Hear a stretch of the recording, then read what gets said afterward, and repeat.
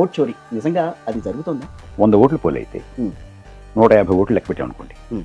దాన్ని ఏమంటారు? మీరు ఓటు చోరీ అంటారా, ఇంకోటి అంటారా, మీకు మీ ఇష్టం. అయితే 2024 ఎన్నికల్లో మేము ఒక బృందంగా ఏర్పడి ఉమ్.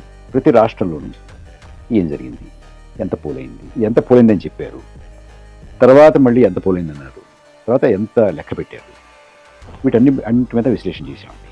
చేస్తే మాకు అనిపించింది ఏమిటంటే, మేము సాక్ష్యాధారాలతో సహా బయట పెట్టాను దాన్ని. మొత్తం దేశంలో 5 కోట్ల ఓట్లు ఎక్కువ లెక్కించారు. అయితే 5 కోట్ల ఓట్లు మొత్తం మనకున్నటువంటి 543 స్థానాల్లోనూ సమానంగా పంచిపెట్టం కాదు.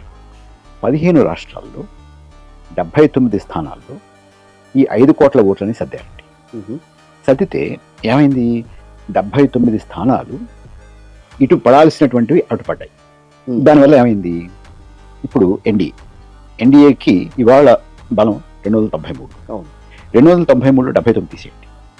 ఒకవేళ 214 ఇవాళ ప్రతిపక్షానికి, ఇండియా కూటమికి 234 ఉన్నాయి.